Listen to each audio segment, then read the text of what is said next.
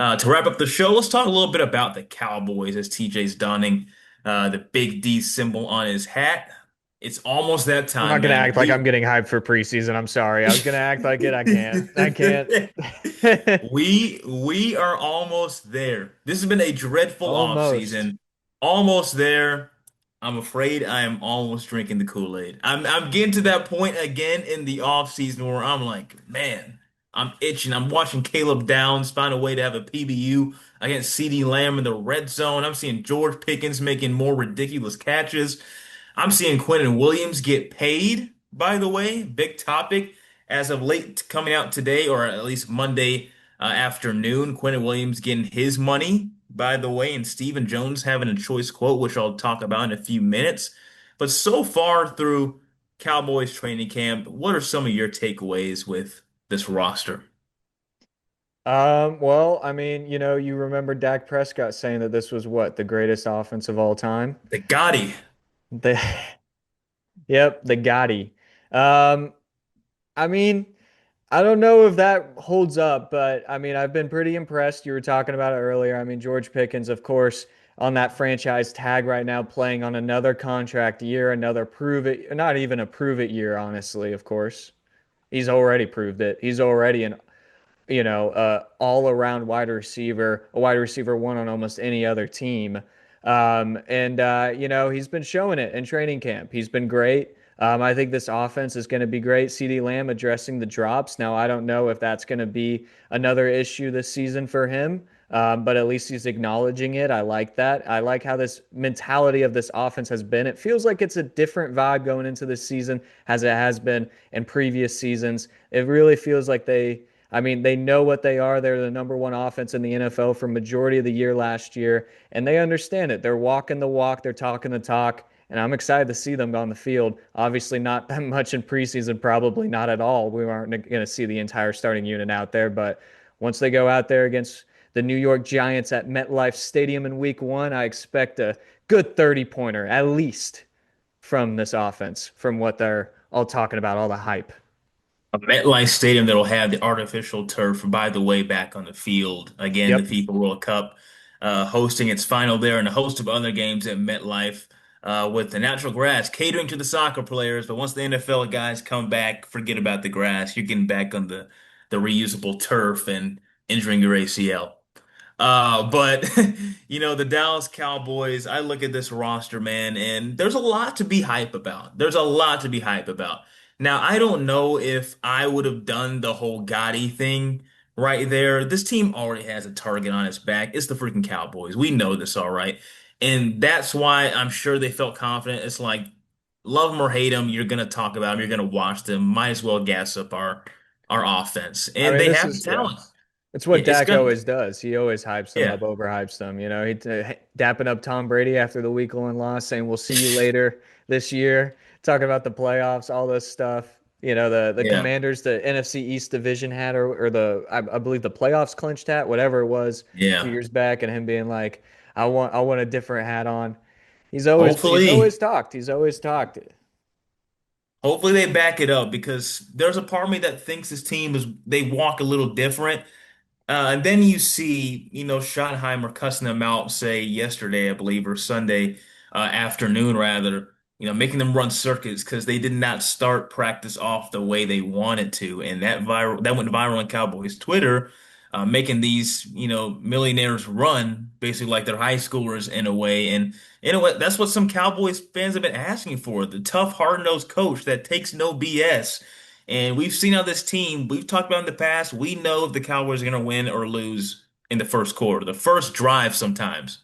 So I understand him, getting under their skin in a way and trying to make them start practice the way they should because it will carry into the season. We've seen this team find a way to get blown out based off, a lackluster first drive.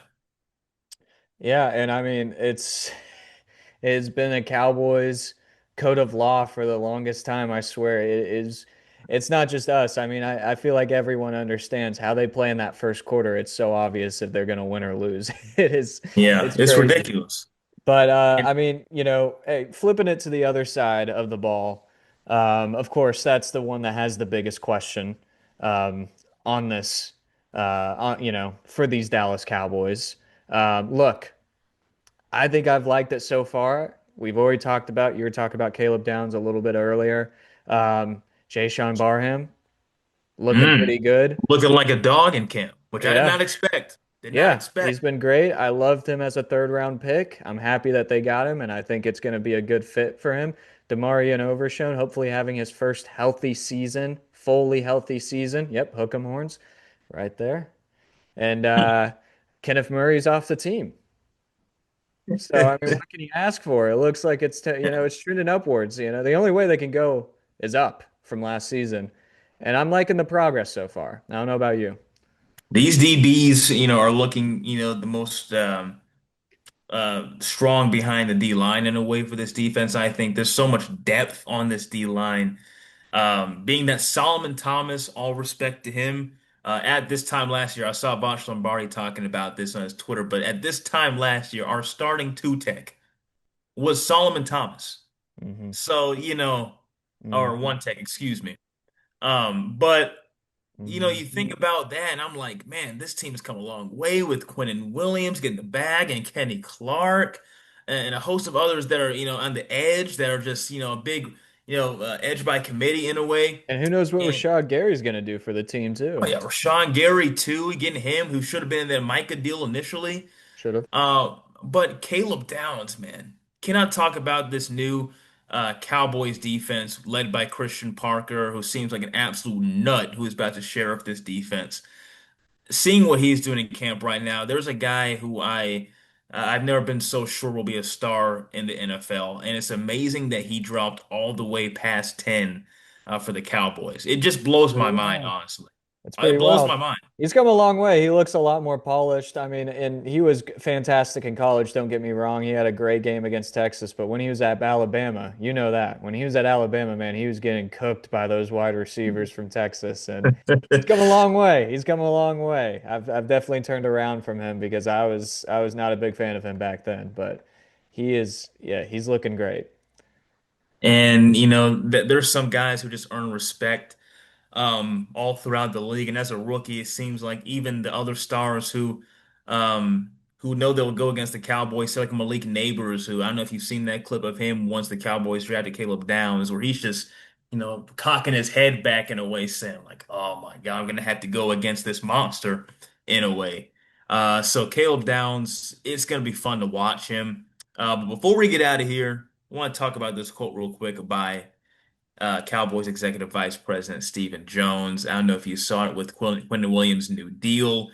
He was Seen talking it. about, yeah, how great of a player he is, practicing hard, a lot of the usual things you hear after, a great player gets the money. And then he said at the very end, he's the best player on the field wherever he's out, whenever he's out there. The other thing is just what a man he is. He's a leader. We didn't have a lot of leadership on defense for the last couple of years. To have him and Kenny Clark and Rashawn Gary, I think they really picked it up over there in terms of the culture and the leadership.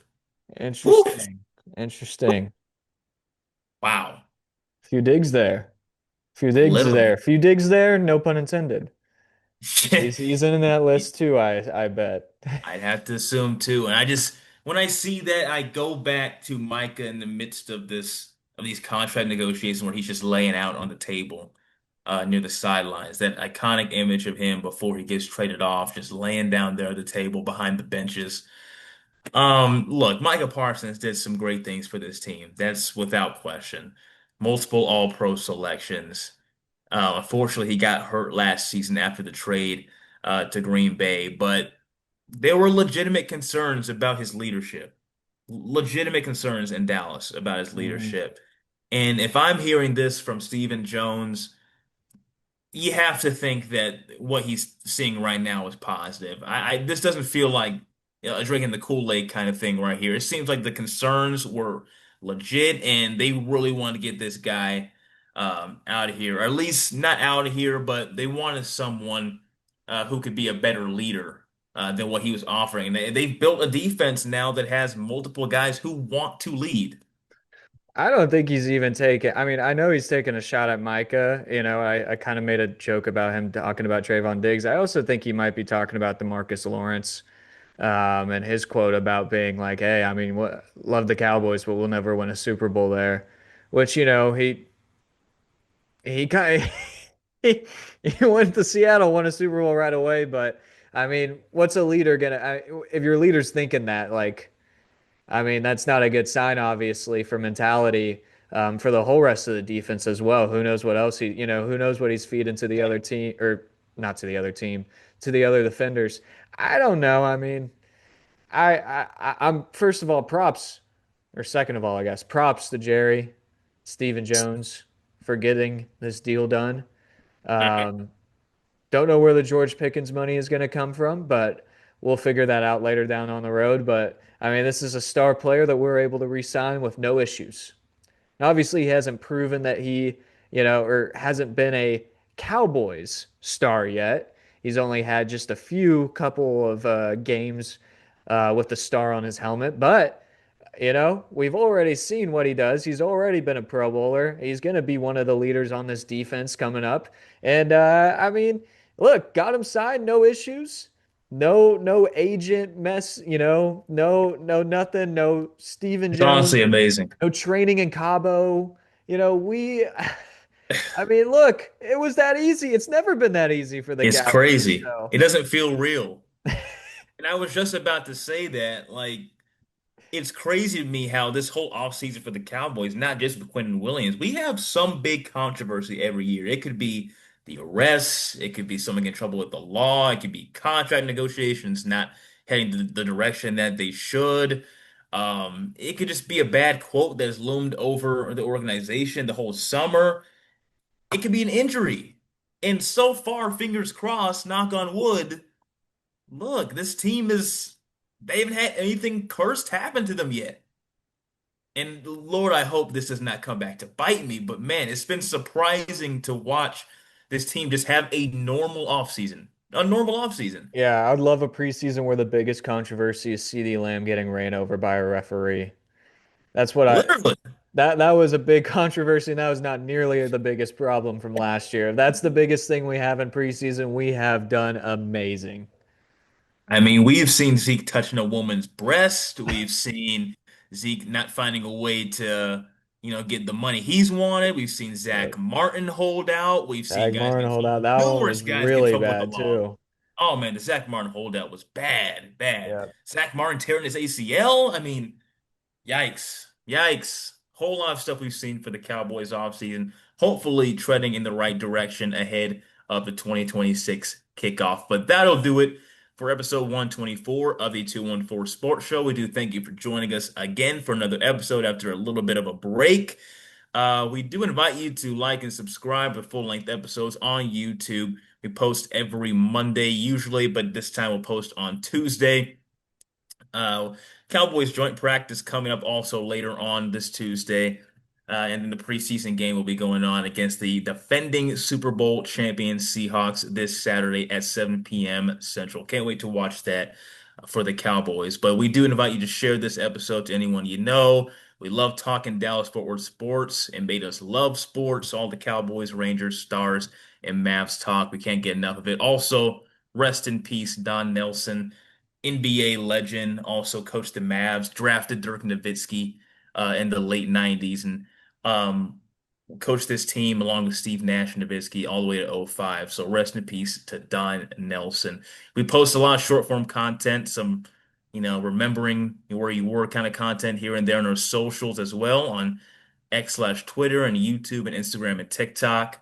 But with that being said, TJ, do you want to give your socials before we get out of here? Yeah, you can follow me on Instagram at tj.krilowicz. You can also follow me on X/Twitter at tj_Krilowicz. You can also follow me at Joe_Duffey on TikTok. Been posting a lot of content on there, and also on my socials on Joseph_Duffy99 on Instagram, X, and Twitter. So that'll do it for the 214 Sports Show, episode 124. Thank you for joining us for another great one. He's TJ Krulowitz. I'm Joseph Duffy signing off, and we'll see you next week.